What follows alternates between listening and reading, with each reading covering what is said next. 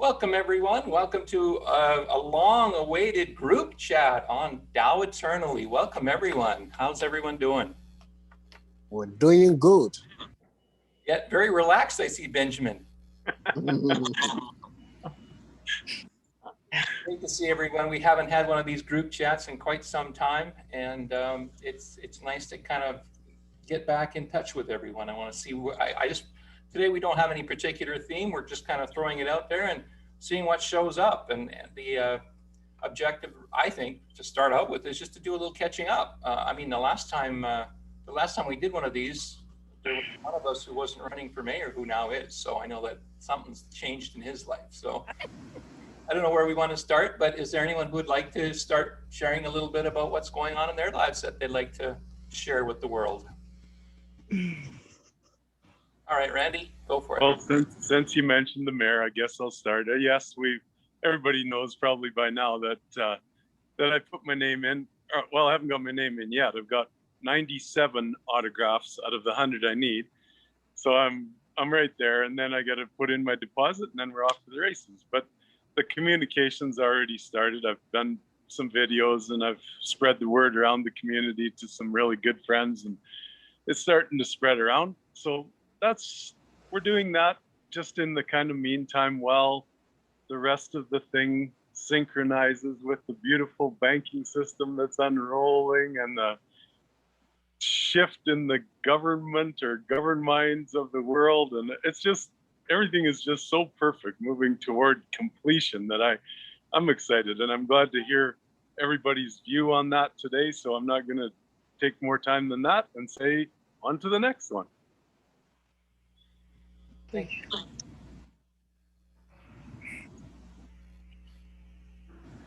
We have a new face here today, at least a new face to me. Tricia Eastman is new to me. Tricia, could you introduce yourself? I'd love to know a little bit more about you. Yeah, so I met Randy through my good friend Sasha Stone, and I'm building a retreat center in Azores, which is a project on the island of San Miguel, and it's really about bringing in ancestral wisdom and really new models for reciprocity and healing. And so we have a beautiful property, and it's has thermal hot springs. And yeah, so hopefully you guys will get to all come out and visit when we open. Anticipating opening in somewhere between summer of 2022 and fall of 2022. Awesome. Thank you and welcome. Yeah, thank you. Honored to be here. Tricia has some other special things I think she'll share with us if we ask her about it. Like, Tricia's in that area of California known as the, what do they call it? The mountains, the Malibu? Okay, yeah, but I was thinking of that other word where all the computer stuff happens. Oh yeah, Silicon Valley. Yes. So Yes. she's got some stories to tell us, I'm sure, from other friends of hers in that area. And one of them that I'm intrigued with is, or two, is Kimberly and Foster Gamble, who, put out their recent new movie, The Thrive On, I think it's called. I watched it the other night and I got pretty excited. It was a really good portrayal of what's happening and what has potential to happen, and that's where we're I just feel good about that. So we'll let other people speak, and then we'll pump a couple questions about that into your realm there, Tricia. Yeah, I think right now Thrive is free for the next, I think 2 more days online, if anyone out there watching wants to see it. Thriveon.com, I think, is the website. Yeah, I think it might be .net. Is it .com? Is it .net? Try both. One will work. It's free, so it's worth the extra work. I'm actually a member on Thrive On, and I'd have to look that up, but I think it's a .com actually. Oh, okay. Sorry, We can verify that before the thing is over. But yeah, it was definitely an awesome movie, well, series of movies. The first one came out in September of 2011, and then another one came out magically, in a way, September of 2020, in the midst of all the fun we were having with the COVID lockdowns and such. But they, if you become a member, they actually have weekly guest chats, if you will, talking about, how we can create our own futures. And the idea is to create discussions of finding out what we want and then finding the processes of starting to create that. And I find it quite fascinating. They even go into some scary subjects as well, at least what I found kind of scary, which is the transhumanism agenda and stuff like that, which I won't go into here, but there's definitely some information on that in that group as well. I wanted to ask Tricia one more question too, because I don't know my geography that well. I don't know where San Miguel, what part of the world is that in? So the Azores are located in the center of the Atlantic Ocean. So it's about 2.5 hours from Boston and 1.5 hours from Lisbon. And many believe that it is the last remnants of sunken Atlantis, and it definitely has a mystical history to it. I'm actually going with a group that we do work with sacred sites, and we're going to be there in May doing sacred site reactivation for the Azores. Wow. That is cool. Yeah. William, Hey, Benjamin. yeah, I happen to like Azores because it's a very nice place, and one of the things that I learned about the Azores some time ago is that you can even cook without fire by putting whatever you want to cook in pans, and then they have hot springs, so you put your food in a pan and then bury it, and it will be cooked for you. Okay.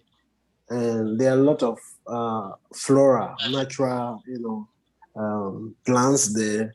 And just as Tricia was saying, what I also read some time ago and researched it was the last place of the Atlantis. Okay, what do you call it? These people I learned became so developed in their knowledge that their knowledge finally sort of destroyed them. Okay, so it's the last sunken place, and there are a lot of group of islands, small islands in that place. It's a nice place, and it's not far from, what do you call it, Portugal or Lisbon. Okay, like he said. So it's a nice place actually. You can there are a lot of videos about the Azores on YouTube. You can really see for yourself how beautiful the place is, and I think it's a place that it's worth going there to have a view of the place and see it for yourself, at least once in a lifetime. You should, if you have the opportunity to be able to take that trip there. Thank you. I give it back. Thank you, Benjamin. Yep, you sold that trip, Benjamin. Thank you. Yeah, exactly. Us from Canada. Travel destinations. I'm curious about other places you people have gone to that you found, you may have found some, I want to say, a spiritual connection to, or something moved you in a space where you traveled somewhere and you just thought you were in touch with God, or something inside of you moved you. Is there anyone who had an experience like that at all? Danusha, did I see your hand? You did one. I did. There you are. Well, I'm going to give a little bit of a story. I can further it if you want to. But on the 3D plane, many decades ago, when people go on holiday and they always go, oh, it felt like home. Or there's somewhere and it's like, oh, it's just like home. Well, I never understood what anybody was ever on about. It was like, no, don't get you. I've never been in a place that feels like home. And then when I went to France many years ago, yeah, it was literally in the Languedoc region. I don't know if anybody knows that, where the Cathars, where the history of the Cathars. If you don't know, get net in it. It's a very profound historical time again. So that was very much home for me, with many, many lifetimes there that was coming forth and a lot more understanding. And it's interesting, when I was trying to talk the language, I kept mixing, I kept losing confidence because I kept talking French and Spanish combined. So it was just like, you know, when you lose confidence, because it's just like, I just don't know what I'm saying. But that's like the Languedoc, because it's the southern France and northern Spain. That's like the Catalan region. So that was in the old ancient times. It was like the Languedoc, as they called it, the Cathar people, or people connected, should we say, more to the resonance of God. But one very interesting tale was when I was in some caves and I was doing different kinds of energy work. And I've done that on many occasions when I am guided, my inner calling says, go there, do this, then I go and do. And one of them was in some caves in France. And that kind of blew me away. I can't actually remember, I'd have to get in contact with the person, the exact caves. But it was a very spooky story. So that will be going in one of my books at some point. It was a very scary story that if somebody had told me beforehand what was going to happen, I'd have been like, I'm not doing that. But I did. And it was, and I won't go too much in depth because I don't know if anybody wants to have this conversation on this particular video. But when I was in there, it was literally like the size of the cave, and it looked like a prison, and the way they let us in, just me and this lady, and this is before dark. It was all a very surreal scenario.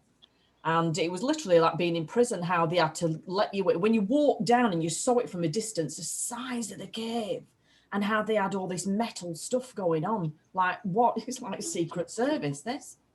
And yeah, the way they let you in, and then it was like being in prison, lock one door, open the next, and then you got to stand there. It was really strange.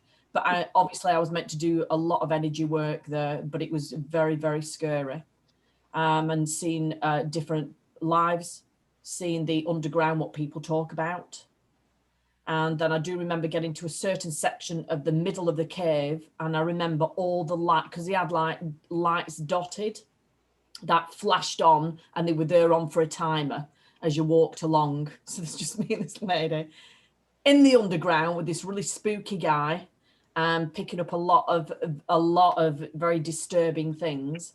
And we were quite deep in the cave. We've already been walking quite a length in the cave, underground. And then suddenly we arrived in this bit where you've been ducking and diving, walking through, and literally it was like the opera theatre. That was so, it was like a small town. The size of this place, and then all the lights went out. My heart did, stop for a longer length of time than expected. And then what was really disturbing is that the way this man communicated in a language that was not human. And then the lights came back on, and I knew what he was saying. It's almost like, no, not these. It was very, very disturbing.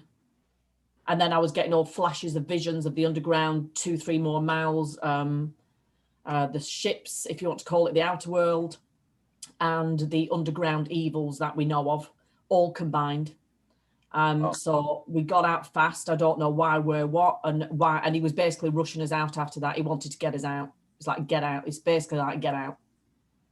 It was very, very dark and very, very disturbing. So yeah, it was nice to get out and see sunlight again and get in the car. And we were shaking like, what did we just do? But anyway, it's a very deep story. But anyway, that's just the basis of it. So that's my little shebang. Wow. Love it. Big shebang. Love it. Love it. Mm.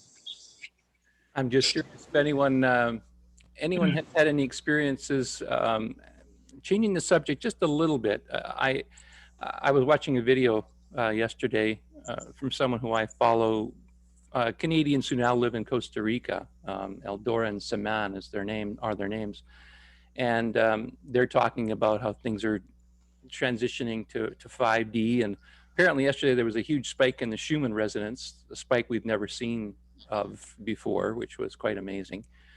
But one of the things that she said to me was that some of us might be currently, and some of us have probably felt this before, since December on and off.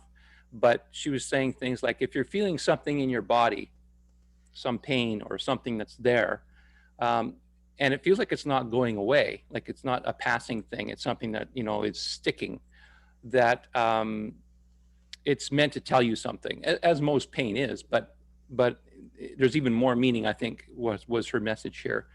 And I know that I had tweaked my back, sort of right in the middle of my back, and I've had this pain there that is there if I just move in a certain way, but it's different than I've ever experienced before, and it's kind of constant, but it's not like I can't function. It's kind of weird.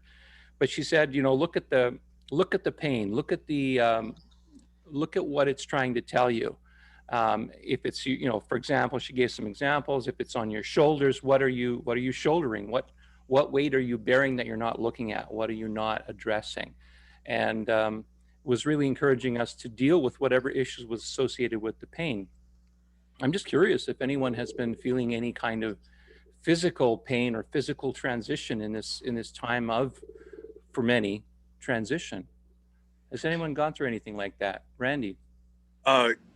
Christian's going through a little pain right now because she wants to come into the call. Okay, I'll add her. Thank you for pointing that out.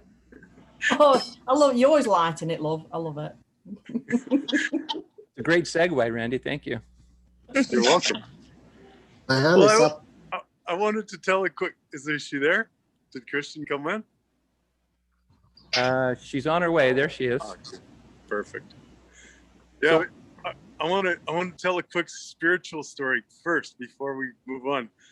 The trip, okay? I'll keep it short because I can talk fast today because I'm still fasting, so my brain just goes like this, like. But I went to China quite a number of years ago on a business trip, and we ended up out in the middle of China, okay? Halfway between Shanghai and Beijing.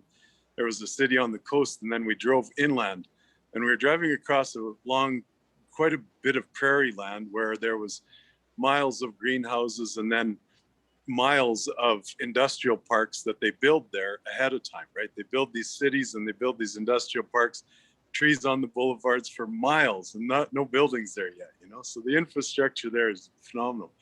But we come up to this hill, okay, in the middle of the prairie. And I look at this damn thing and I'm telling you, it's pyramid all over it, But it was covered with trees and dirt. So it was a long time since it was a pyramid. I'm thinking, like I can't say for sure what it was. I'm just saying. So we get to this place and they wanted to take us there for a little bit of a adventure on our business trip. And we climbed up the hill. And when we got to the top of this thing, there was kind of a plateau and then a wooden rickety building that went up about 5 stories. And it was monks, okay, that were running this place on top of this thing. So a lot of people think of China as, suppressed religion. That's bullshit. There's so many people there that have little temples in their offices and everything. And it's all, I think a lot of it is Taoist monks, like TAO, which is surprising. Everyone, I called my company the Abundant One's Energy Foundation. Somebody said to me afterward, well, that's the Tao, TAO. So we kind of have that duplication, but I had that experience there and it was phenomenal. Like the people, only 2 people with us spoke English. And the one lady said, I'll go up in that tower with you. It was kind of rickety, but so we went up on top and then you could really see around. And of course, most of China in the mainland area, you can't see very far anyway because the coal smoke. So you can't really see the sun ever in China, and when you're away from the ocean, it's just kind of sad.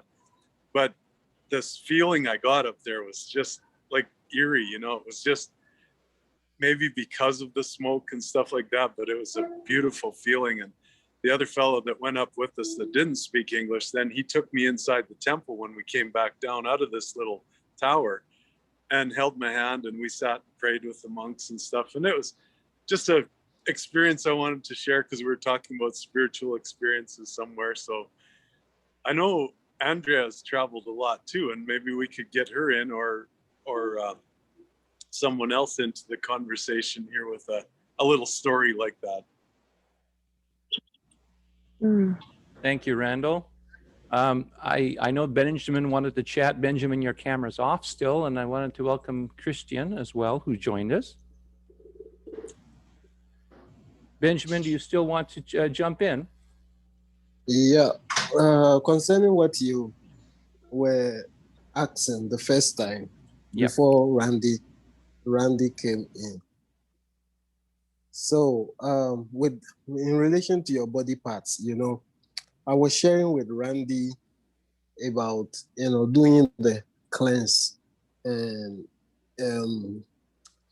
there's this guy who have written a book called Liver Cleanse, Andreas Moritz, and Andreas Moritz was saying that there were times he used to be very angry without, you know, a cause.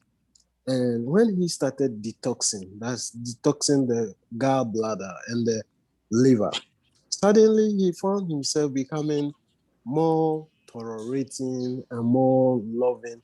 And he sort of overlooked the fault of others easily. Before he started detoxing, that was his own experience. The least thing he was, you know, angry. The least thing he reacts, you know. So what happens is, from our own experience, not his, but from our own experience, and with Randy confirming of his experience and mine too, sometimes you know, things that I would have reacted in the past, sometimes I look and I say, okay, forget about it, you know, let it go, you know, because you are so filled with compassion and love and you look it from the point of human weakness. And if I were in this situation, what will I do? So with the body parts, that's what I have to say concerning the gallbladder, then the liver. Okay. So I don't know whether Randy will add more to it. And a friend of hers, a friend of Randy's friend, also started, you know, doing this liver cleanse. And Randy know the person I'm referring to. I don't want to call the name. And this woman suddenly started saying, I'm becoming more compassionate. I'm becoming more tolerant. And I said, yeah, welcome to the club. So, Welcome to the club. Mm-hmm. And so I'll leave it so. Thank you, Benjamin. Just to get Christian caught up a little bit, we were chatting about a couple of different things. We were traveling the world a little bit. We were asking about if anyone had experienced anything, I'll say, spiritually moving or uplifting by visiting someplace you normally hadn't been to before, or a place where you hadn't lived. And then I shifted it a little bit. We were also talking about body pain and how a lot of people seem to be going through an experience of holding pain in certain parts of their body right now as we transition, you know, dimensions, so to speak. And I was just asking about that and wanting to see if anyone had any stories to share on either of those subjects. So first of all, Christian, welcome. And I don't know if you have anything to add on either of those two topics, but we're happy to see you. Yeah, I'm happy to be here. Oh, wow. Okay. So, yeah, so I'm kind of, you know, I always say I'm new to this spiritual journey, but actually, you know, I really think about it. I've been on it my entire life, and I've had some interest. You know, I've traveled quite a bit in Europe and other places. And on my last trip, it was a few years ago, I took a tour of Scotland, and then I went to Bordeaux, France from there. And I have like friends over there, and we travel sometimes together. But what I found in my travels and in a lot of things in my life is that I will go to places and sense things about these places, and it won't be maybe till years later that I come to understand the significance of it. And so yeah, so there was quite a few spots in Scotland I felt were extremely significant, and I didn't know why. And I'm still trying to understand what, you know, what the significance was. And then there's places in France and stuff. I remember one specific thing that happened to me when I was in France. I was sitting out in the courtyard with my friends, having some wine and stuff, and I heard this raging party going on. It was just like crazy. It was very late at night, and I said, "Oh wow, you know, that's interesting. What's going on over there?" He goes, "Oh, this happens every single night." And he goes, "Yeah, it's the Rothschilds live down the street." He said every single night, all day, all night, they're partying over there. This is in Bordeaux, France, and I was like, "Oh, yeah, that's kind of, you know, I didn't even know who the family was at that time." And then I come to find out later, I'm like, "Oh yeah, you know, I was just right there, heard them partying." So I don't know, that's just an aside, but you know, not really spiritual, but well, I guess in a way it has been along my journey to understand, you know, what's been going on in the world. But yeah, a lot of cathedrals and stuff, you know, that brought me to tears. I didn't know why, but and as far as my body, yeah, I've been like I'm so glad that Benjamin spoke up about this cleanse thing, and the friend that had a lot of anger and how it seemed to help him work through that. And because I've been on a month-long cleanse, and just this morning I'm supposed to be on it for 3 months, and this morning I was just so tired of it, and I just said, I'm done. I'm so done.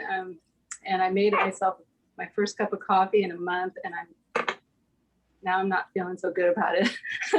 I think I'm gonna go back onto my original plan to stick with it and see what it can do for me. So thank you, Benjamin, for encouraging me in that area. Cool. Yeah. Thank you, And Kristen. nothing profound, but they're very relevant topics to me, you know, in a broader sense. So yeah, great conversation. Thank you, Christian. Now, I know I'm changing the subject a little bit more here, but I wanted to touch base with Shelley, because I remember the last time we spoke with Shelley on one of these group calls, I don't know if she had started her own channel yet on YouTube. And since that time, I've seen a few readings, because I've been tuning into what the readings were for the Aquarians. She was doing some astrological readings and doing some things.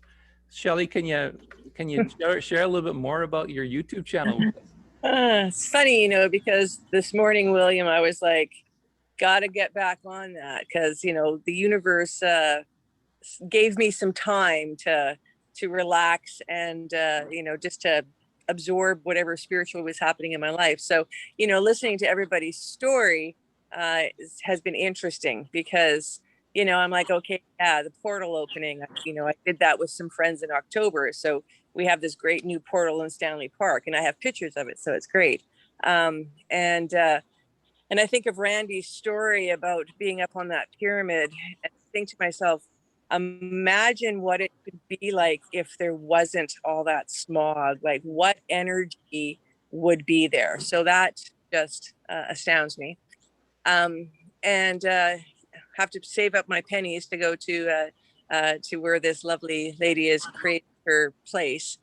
Yeah, but my YouTube channel, yeah, you know, it's fun. You know, it's one of those things. I start doing it, and I have no idea what I say, and you know, obviously I'm channeling. I mean, we all channel when we're doing this right now. We're letting our pure essence come into us and speak our truths, you know, because we don't feel need for judge. I just picked up 2 interesting books the other day because talking about pains and ailments. And I don't know if you can see it, but it's in a brace. So I'll have to look up what the significant meaning of a sprained thumb means, because it's interesting how just a sprained thumb can mess your life up. Yeah, but the books I got, one is called The Number 13, which favorite number. And the other one is a book about a woman who was an artist who paints Jesus, and she starts having a conversation with Jesus.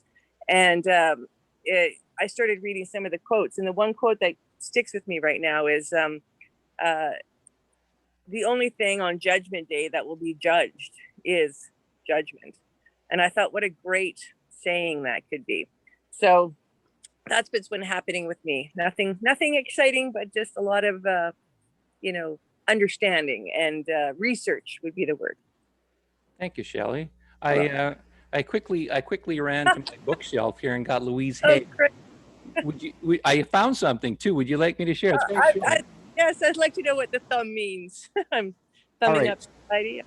So I was going through the chart here, looking up fingers because it wasn't under thumb. But once I got the fingers, then it listed each of the fingers. So for thumb, it was very short and sweet. Good. Yeah, nothing too daring there. It says it represents intellect and worry, and that's all it says. And it has an affirmation, very short and sweet as well. Okay. My mind is at peace. My mind is at peace. Oh, I like that. Thank you very much, William. You're very welcome. He's saying that over my thumb every 5 minutes now, and putting some essential oils on. Thank you. My mind is at peace. You are welcome. Yeah, I like that. Well, our mind and our hearts have to connect, right? So, good for the mirror. Great, Andrea. So it's interesting that the book that Louise Hay says that the thumb is worry, because in the healing art of Jinshin Jutsu, which is one of the Japanese arts that I practice, thumb is also on one level, it's also worry. So it's interesting that it translated also to Louise Hay. I can't imagine that she would have known Jinshin Jutsu, but it's interesting. And then the thumb, so actually I'll go through them to make it easy. So it's worry, and then fear, anger, sadness, and they call these the try-tos, which is kind of that when we're trying really hard to put on a persona, it's that layer of our personality that we put in place as a form of protection. We kind of hide behind it, or it even can be an avenue through which we manipulate a situation in order to get a need met. And so that's the try-tos. And another synonym for it, I guess, is pretense. So to balance, we can hold each of the fingers, breathe deeply into it, bring our attention there to balance each of the digits. And then of course, thumb is the get out point, the end of the energy pathway that governs lung. That's awesome. And so lung is pertaining to the breath, right? And so, you know, if you're an intuitive, it wouldn't surprise me then that you'd be picking up on things that might not even be yours. You know, you might be manifesting things in your body that don't belong to you, but you're just revealing them or manifesting them for us to see, even as you brought it to our attention in this room, you know. So I'm just going to interject. I have been coughing every morning, like it's crazy. My son this morning said to me, "Are you sick?" And I'm like, "No, I'm getting like phlegm out of me." So it started happening when I started wearing all my blue stones, because of course the throat chakra and stuff, and speaking. So thank you for reaffirming that. That was brilliant, and I'm glad I'm at the end. Yeah, and it's happening to me. I've started to get a little congestion here as well. Interesting. Yeah. Has anyone else been going through any health things or body issues or body transformations in the last little while? Danusha.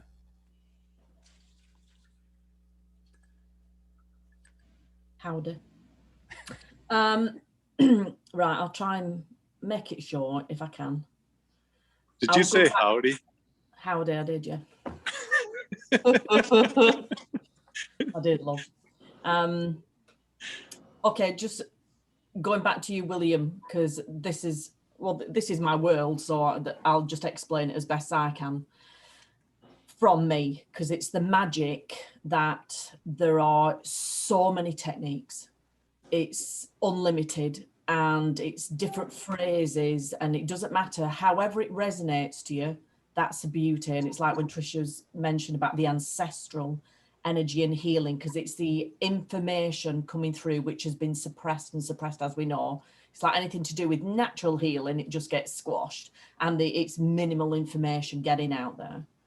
Right. And all the alternatives are required, all of them. And we need millions and millions in their personal way of doing that technique, whether you do a breathing technique, whether you're doing Reiki, you're doing quantum healing, the words and titles, but the healing ultimately comes from the person doing it, because it's an energy, frequency, DNA, unique blueprint, the way their heart expresses. And it's interesting because I did do something on Ida's post, and it's probably a little bit harder to do in words and to cram in a few minutes. But that's the magic of where we're going now and what will be to come.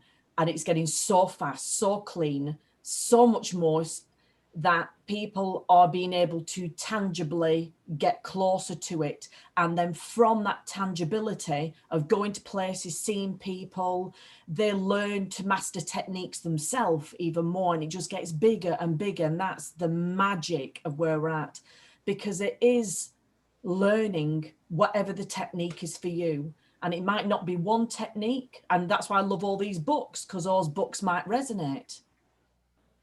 And like Andrea's mentioning, you know, there's that certain technique. I know I would say different techniques. It might not resonate with Shelley though, or Andrea, but I would see it as a different technique. That we're constantly learning, and there won't ever be one answer. And that's the beauty about unfolding our own personal layers, because that is ultimately what it is. It doesn't matter who you see, because ultimately it's how much your heart opens to have the experience for you to expand, grow, heal, nurture, resolve. And because of the decades work I've done, knowing that you can do your health, maybe you can look after your environment, but sometimes that repetitive cycle could keep coming back, because all it means is it's in the field of energy of your quantum field, if you want to call it your aura, that there's something in a Groundhog Day that requires that attention. So then people will find, well, why do I keep having this problem? I've seen, you know, like 30 healers, chiropractors, I've cleansed, and it's like, okay. But again, it depends on the person they go to see. And everybody's different how they can see. So I know I'm fab like that, because that is my work. It's not going to keep being my work. I've got too much phenomenalness to do for humanity. It's what I've come here for. I haven't stayed here this long to just like back off. No, I've come here to do it. But that's the beauty about the energy, and having people, whether you want them to share the wisdom or not, with health. So recently just had a lovely lady, and she had all these people, you know, it's like, God, what have I not tried? But then, yes, I'm using my magic, but it's not about that. It's about that my heart is so open that I'm allowing the information to come through, and then they guide me. So 1 minute I can be a chiropractor.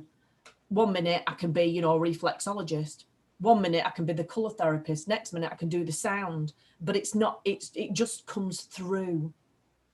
And if you want to call it clairaudient, clairsight, they're all words that we've used, but it's about just being with somebody and what's meant to be heard and seen in that exact moment in time. Mm-hmm. And then it's amazingly freeing for that person, like, oh, wow.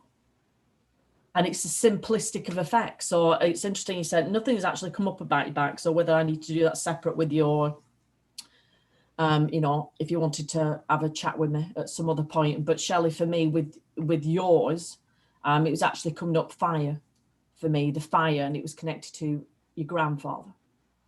Oh, So that would then have to then delve into that. And that's the beauty about being able to delve. And just another slightly separate, so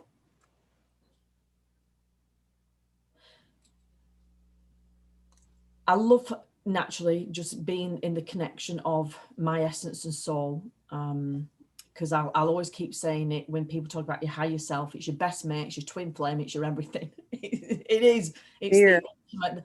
So we call upon guides, angels, and anything. That is where you want to attune to, is your higher wisdom, and find techniques, master yourself to connect to your best buddy, the whole of you, because that's you.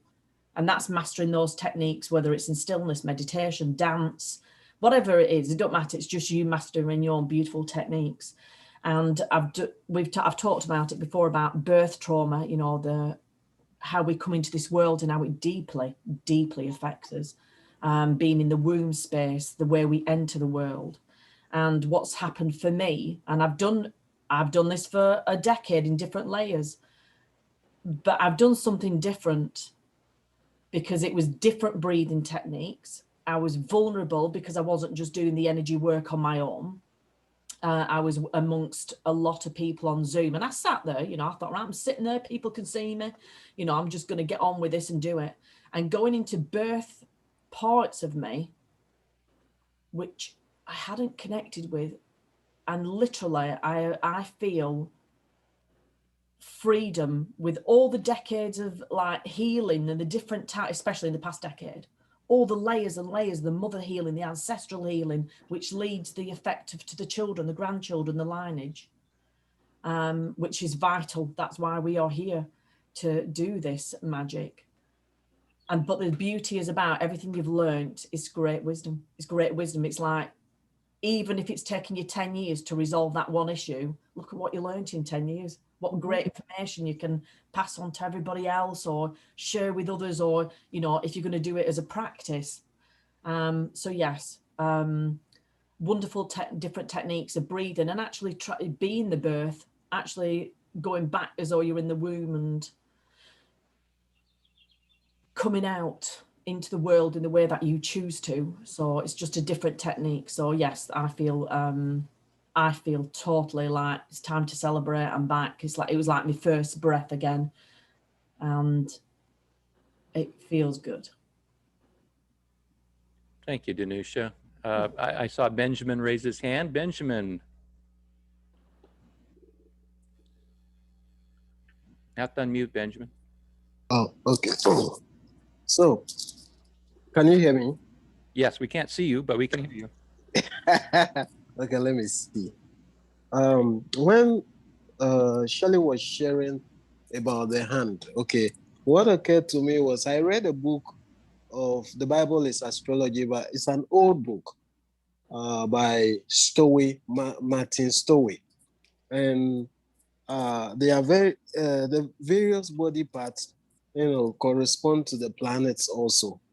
So whilst you open your book and you were, talking, I said, okay, let me quickly get to that book. I also opened the page 25 of the book, and I saw that the hand, though it is not directly, there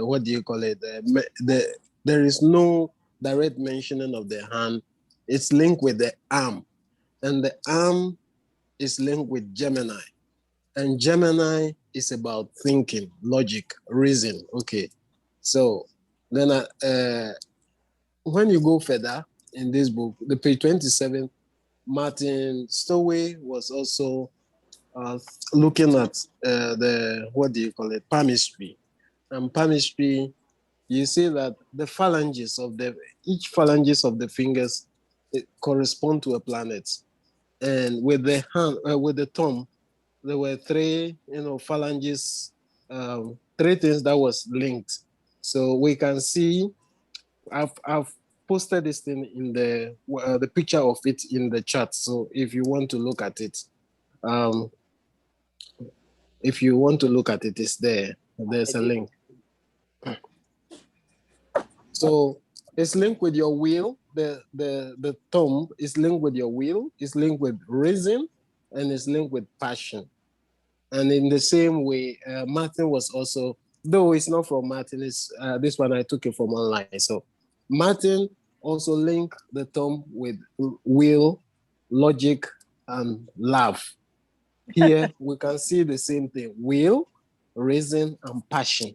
Okay, so it has to do with that. And if these three things are not, actually the thumb is very important when it comes to holding. You try and then when the try to grip something without the thumb, it's not easy. And so looking at it from the biblical perspective, if I'm to go that way, okay, so you can see that the little finger is what do you call it? A teacher. The fivefold ministry. The little finger is the teacher. The ring finger is the pastor, because the ring finger connect directly to your heart. And then the long or the middle finger is the evangelist, which goes reach out to the world. And then the index finger, which always points, is the prophet. He's always warning people, you. So it's, sort of. And then the thumb, which, bring all together when you are to hold everything together, is the apostle. Okay.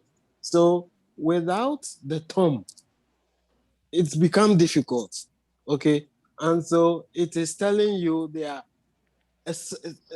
what do you call it, things in your life that you need to, these three things: your will, your reason, your passion, must coordinate with these things together. Otherwise, you cannot be firm or hold to the things. You cannot hold on to the things you want to, lift or show to the world. So that is my, what do you call it, take on that. So that's it. Thank you. Yes, Shelley, go. So I love what he had to say, because I don't know if you see what's behind me. If I move out of the way, this was a thing that I did. It's the Wheel of Fortune.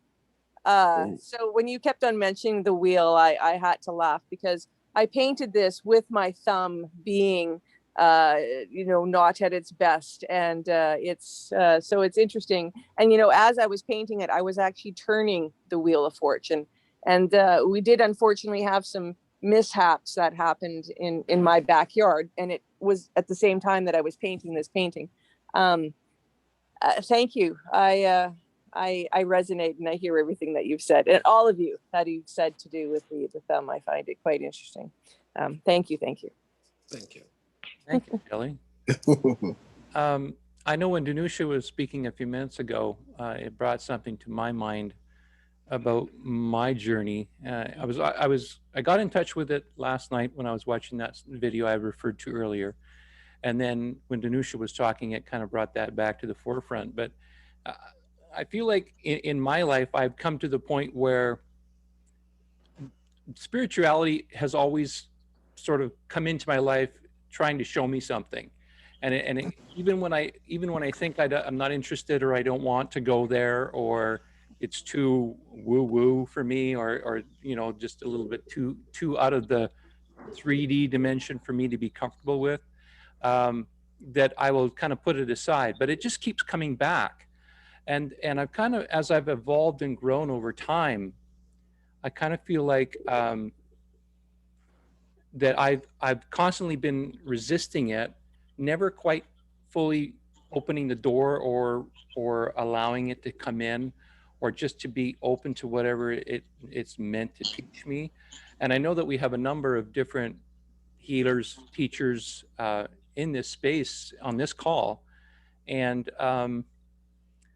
I guess I'm just putting it out there, asking for guidance. What can I do in my situation to just allow more, to just be more, to open the door more to my spirituality, and just trust that it will lead me, rather than worrying about what's going on in my 3D world. Does anyone have any thoughts or inspirations on that question? Trisha. Oh, sorry about that. Okay. So one of the main work that I do is I work with plant medicine, and 6 years ago, I was brought into this world working at an ibogaine clinic in Mexico. And ibogaine is a molecule connected to a tradition from Africa called Gabon, and they practice with a plant called iboga. So my primary work is I'm an initiate of this tradition, Bwiti. And one of the things that really for me has been the most important aspect of my journey is really just the understanding of bringing in prayer and ritual every day in my life and connecting to the ancestors. So I'll share a little ritual with you if that would be helpful. Yes, please. So in Bwiti, one of the most important things is to introduce yourself to the ancestral world, and typically having an altar, having a candle, lighting a candle and connecting to the fire, because that's a representation of the soul and the spirit world. And then you first introduce yourself by saying your full name. And if you're married, then you would say your maiden name. And then you say your mother's full name with her maiden name and your father's full name. And then you can invite in any ancestors that you're connected with. And then from that space, just really sitting and asking for guidance, asking for support. And the thing that I would say is that, you can literally ask anything for support. You can ask a tree for support. You can ask, the animal spirits, the birds, all of it. And I feel like really, when we feel like we want more connection, that's when we're being called to really connect. And so I feel like prayer is like the most powerful tool and ritual in that. And one of the ways that we engage in Bwiti in creating that relationship with the invisible world is through offering plates. So, you may not want to give a whole plate of food, but typically it's like fruits and sometimes chocolate, and typically given to a tree, and you can say your prayer. Obviously, it's a little more dangerous to have a candle outside, so be careful. And, it's also customary to do tobacco. The spirits that I work with love alcohol.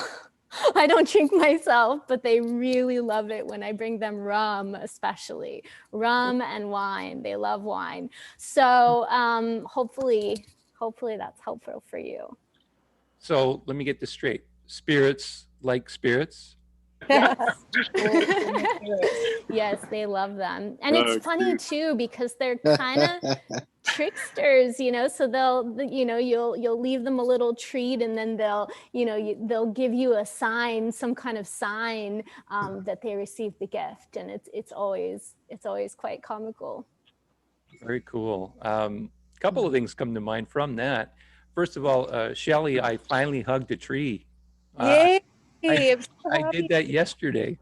I went for a walk. It was a drizzly day, but it wasn't raining hard, so I didn't need an umbrella. And it was very quiet. I walked along the seawall, and it was very peaceful. Just like it felt like it was just me and the city, but there was like nobody in the city. It almost felt like. Interesting. And I was at Third Beach and just sitting there watching a couple of crows and a goose on its own, having dinner. And we were just hanging out, and that was kind of fun.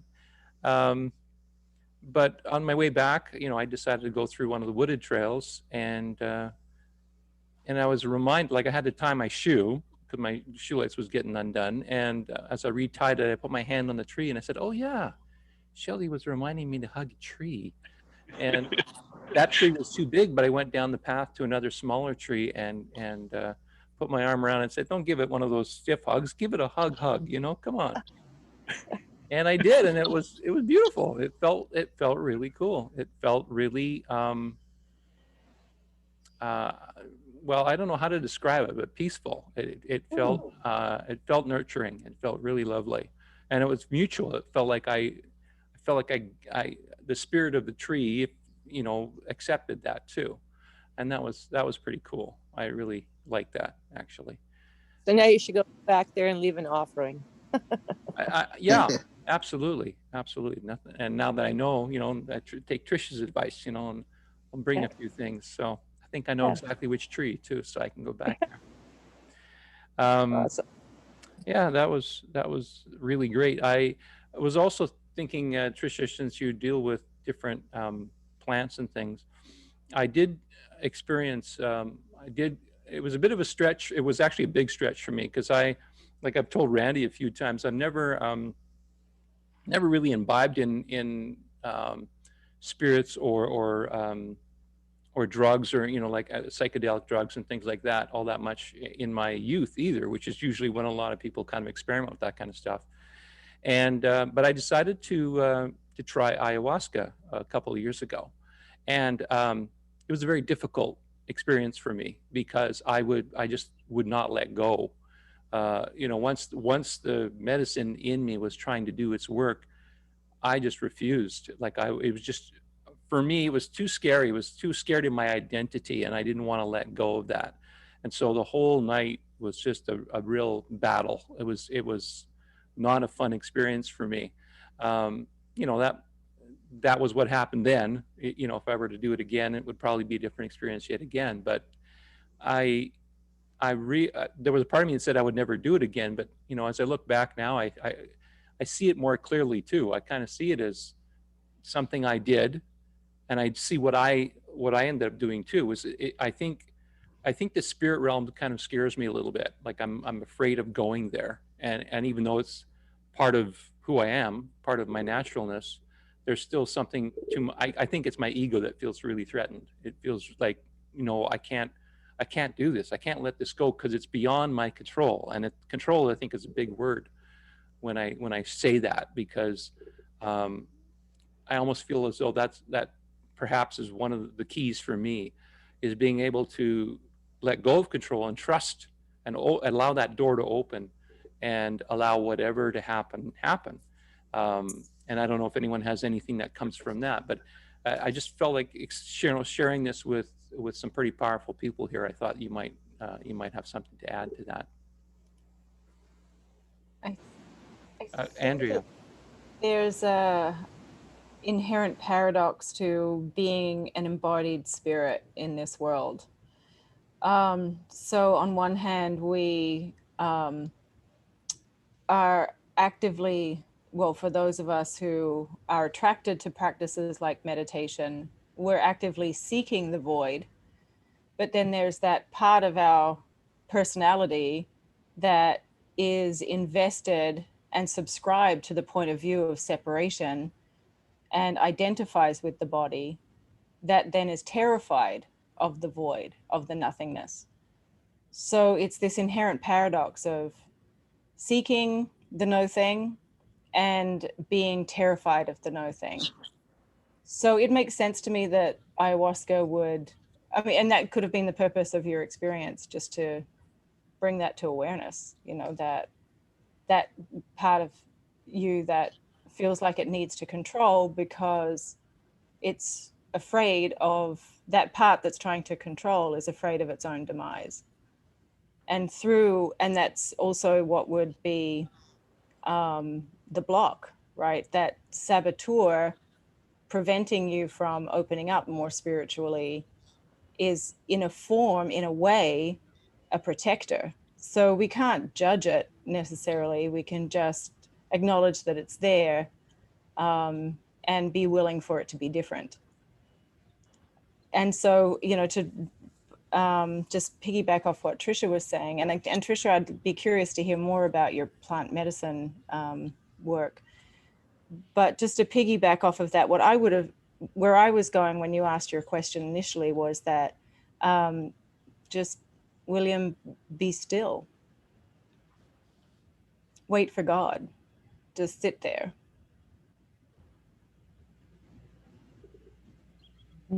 Thank you. Very cool. I saw Shelley's hand, and then I saw Benjamin's hand, and then if Trisha wanted to actually speak to Andrea's request too. So okay, so I'll be quick. Love how whoever was just talking. I'm terrible with names, but I love you. Yeah, it's all about, accepting the void. It's funny because I started in my YouTube videos calling the darkness the void, because the darkness sounds so menacing to some people. And I love how she says the no thing. That is brilliant, because we all have to be mindful of our subconscious imprints that we verbalize on a daily basis that has a negative, aspect to it. So yeah, William, my path is different than your path, and whatever we teach or whatever we say, you'll take little tidbits out. And to be afraid of the void, I always say the void is that second before the light. So it's endless possibilities. It's a new beginning. And yes, there is other beings in that void that are of a lower vibration. But they also have a spark of life. So we all have light in us. And so, I also embrace them. But, the true factor is to be in your heart, to learn how to get out of your brain, get into your heart and accept. And like she said, just sit and listen, relax. Patience, I think, is one of the biggest things most of us are learning right now, So thank you again for what she said and your question. Absolutely. Thank you, Kelly. And Benjamin. Yeah. Okay. So over the week, that was last week, somewhere middle last week on Wednesday, I was there and I received a call from an old friend. And I saw from the way she was talking, she was very stressed. So I said, hey, what's wrong? Cool down. I said, no, I'm so stressful. Tell me what you can do to alleviate some of this stress. So I kept quiet. And I said, are you there? I said, yeah, I'm there. And then I retorted back. I said, when was the last time you had contact with the earth? And then he said, what do you mean? I said, when was the last time you removed you walk barefoot on the earth, bare earth? They said, what are you saying? We are not in the village to do that. We are in the city. I said, that is your problem now. So he said, okay, now you want to alleviate stress.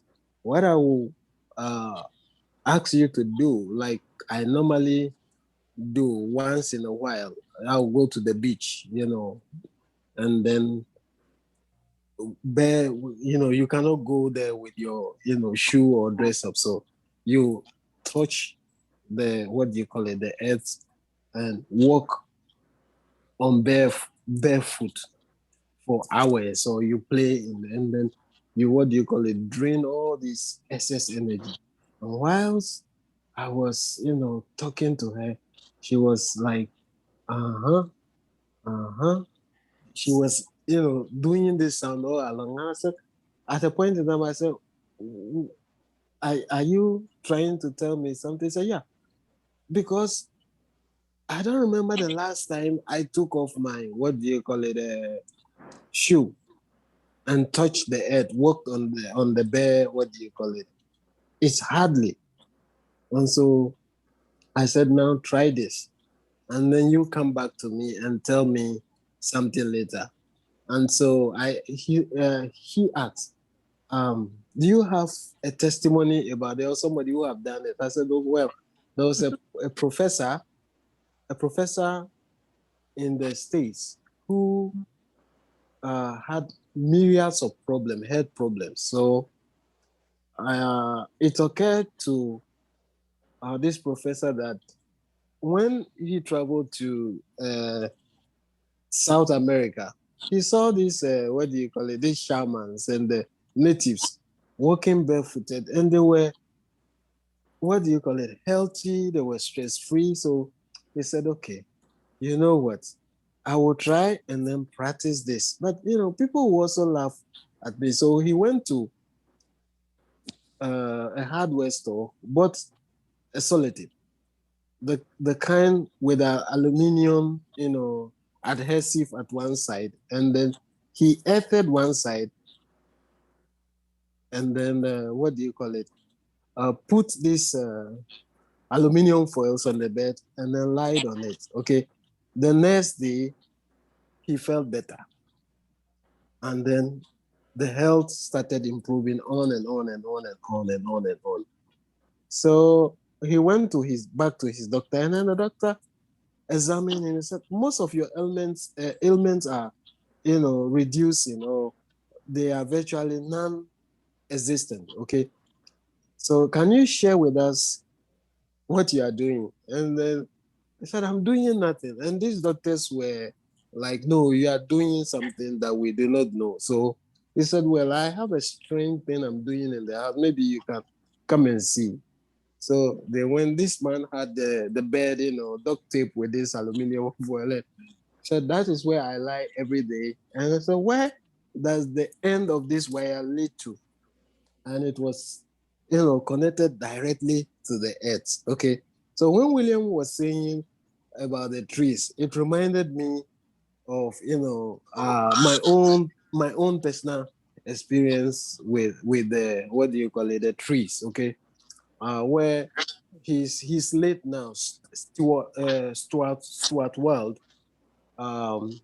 said, when you want to do this, try and remove your own, shoes, and then use the top of your head, and then what do you call it? Sort of hug the tree, and then use the top of your head, the crown of your head, lean it against the tree, and then it helps. It drains all the energy, and then it washes you.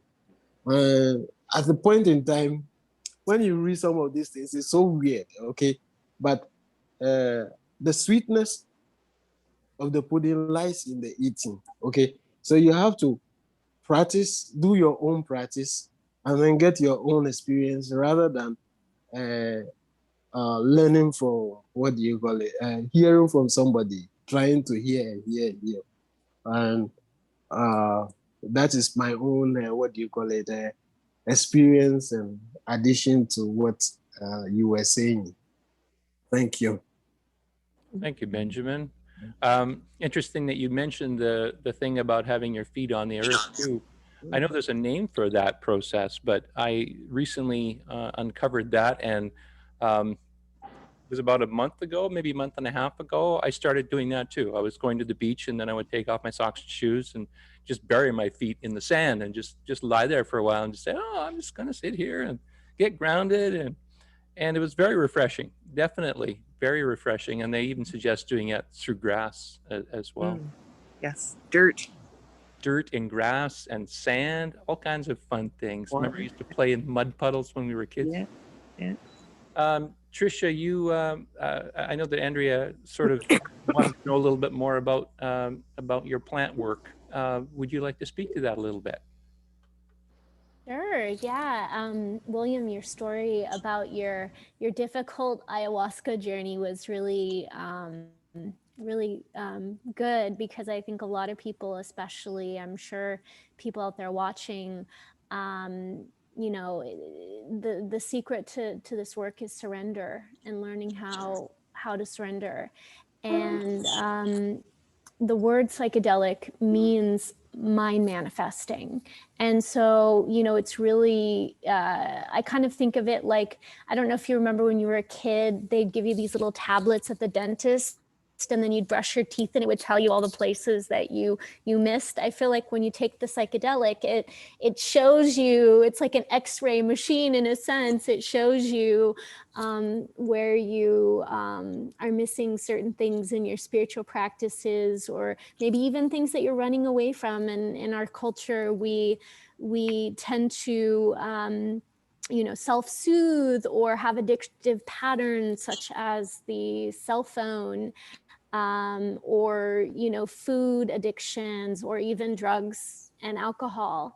And there's even, you know, I think a lot of spiritual bypass in you know, just the new age of spirituality.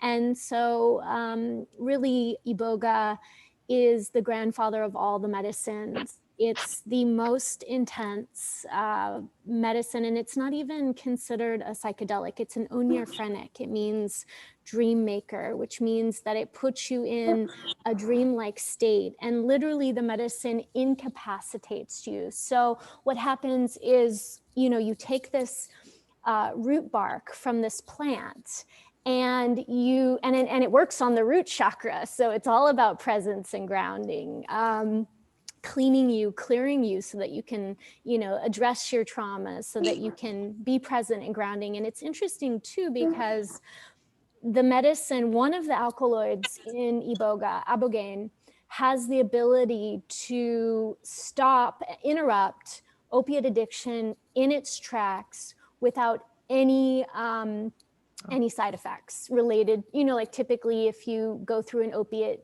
detox, it's pretty intense, and people can even die from going through a detox. And so it can literally interrupt addiction without any side effects.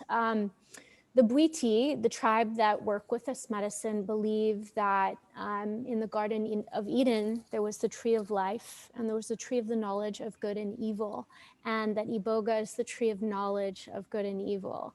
And so it has all of the codes of understanding the duality of this Maya that we live in. And so it really, the first stage of the medicine, you typically working with the medicine, it's either done in two formats, which one is in Gabon, which is the initiatory rites. And those that give initiations tend to have, 10 to 25 years experience or even more, working with the plant. And so it's definitely, a path of mastery.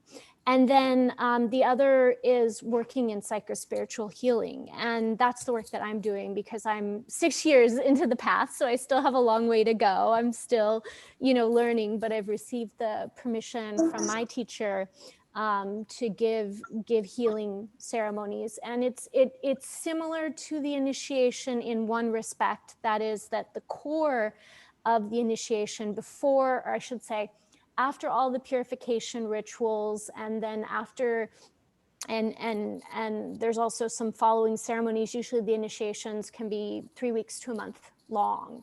There is 2 nights of ceremony, and so you get prepared, and then you go into these 2 nights of ceremony.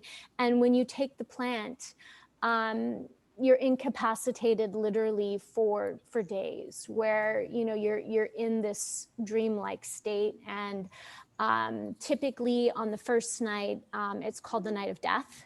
So, it's a night when you could have some purging. I don't know if you threw up, William, when you took the ayahuasca. I resisted for a long time, but yeah, eventually, yeah, I checked my cookies. This does that as well. And so it purges, in Bwiti, they believe that you're purging the darkness out. And then the first night you're going to, and it might be sweating, it might be shaking, it might just be visions of like literally doing a life review of your childhood trauma. And interestingly, it also, like for me, I've had a lot of experiences on iboga where it took me back to the womb and helped me heal my womb trauma. And the second night is the rebirth. And so that can be really the medicine showing you more about your purpose, and it can be more journeying. And a lot of people get kind of the codes of creation. I've been taken to Atlantis and Egypt and shown the history of time. And but also with birth, as we know, we all can have birth trauma. Sometimes the night of birth can also be a really difficult night too. So once you're on this medicine, you don't sleep for sometimes 4 or 5 days when we do the work together. And so it's a pretty intense experience. In terms of also like medical risks, people who have any kind of pre-existing conditions tend to be eliminated, especially if it has to do with the heart, from doing this kind of work because of the intensity of this specific medicine. And it's absolutely not something you want to order on the internet and do on your own. That would be really scary. Thank you for sharing that world. That sounds like a majorly intensive study that would take you. Well, you said it's going to take you a number of years before you really understand everything, and even then, you probably still will be learning constantly. But thank you for that. I wanted to touch base with Christian just for a moment, because we've gone into areas where it's probably very different and new for Christian, because I think I kind of relate more to Christian in some ways. You know, how some of this stuff is, it's a little different. It's a little set aside from the norm. And Christian, how does this all kind of land with you? I'm kind of curious as to your take on what you've been hearing and seeing. Well, I have had my own experiences with ayahuasca and mushrooms and things recently in my journey, and they were very, very invaluable experiences to me. It was actually just last year. I started with, had come through kind of a traumatic ending of a relationship that actually was like a huge awakening experience for me. Helped me recognize some lifelong patterns. And I had here in Santa Cruz, actually, psilocybin, I think all, what's the word I'm looking for? There's a word for it, I can't think of it, but have become not legalized, but decriminalized. So you can actually grow mushrooms and use them for personal use here now. So I took it upon myself to do my own personal, I have this thing about, and I think it's a lot like you, William, where I don't like to give over my power to other people. It doesn't feel safe always to me. So I decided to do my own journey by myself, which a lot of people don't advise doing. And, but I did a lot of research, and I looked at all the ways to prepare my space and set my intention, and did this little journey on my own, and it was life-changing. I mean, it just revealed things to me that, I was just stuck and I couldn't move forward. I'm so grateful for that experience. And then, and actually just before the whole pandemic thing hit, I'm part of a team to, through decriminalize California. So they were trying to get a thing on the ballot to decriminalize psychedelics in California, or psilocybin actually. And so I was part of the team here in Santa Cruz to help. We were working on getting that put on the ballot. And then COVID hit, and the whole campaign just had to stop, which is fine, because I realized it wasn't really in alignment with where I should be putting my focus. So, and then shortly after that, I think it was last fall, when COVID hit, I was on my way to London to do a photography show of my work. And so I had taken 2 months of work off on a sabbatical, and that was my intention, to go to London for two months and do work on photography stuff. And when that all fell apart, I still had these 2 months to do something with. And so I had gone to a birthday party for someone and met a shaman there, and we were talking, and she had mentioned to me that she does ceremonies. And so through the chain of events, I started my 2 month sabbatical the first weekend with her and a few other people, and went through an ayahuasca journey, which also was life-changing. I mean, it was like, you just healing. My intentions were a lot of healing ancestral wounds and things like that. And it really shook loose a lot of things that were stuck. I mean, I won't go into it all, but it was transformative. And then from there, I went up to Lake Tahoe for the rest of my 2 months, and just spent my time alone in nature, learning how to meditate and touch trees and, you know, do all this stuff. And really just kind of, it's all been, you know, this very intense journey. It's only been a few months. And so then from there, while I was in my personal retreat there, my friend, the shaman, came up and just to kind of do some integration work. And we spent a weekend together there. And while I was there, she asked me a question, if I had ever heard of this woman named Jacqueline Hobbs. She goes by Oracle Girl.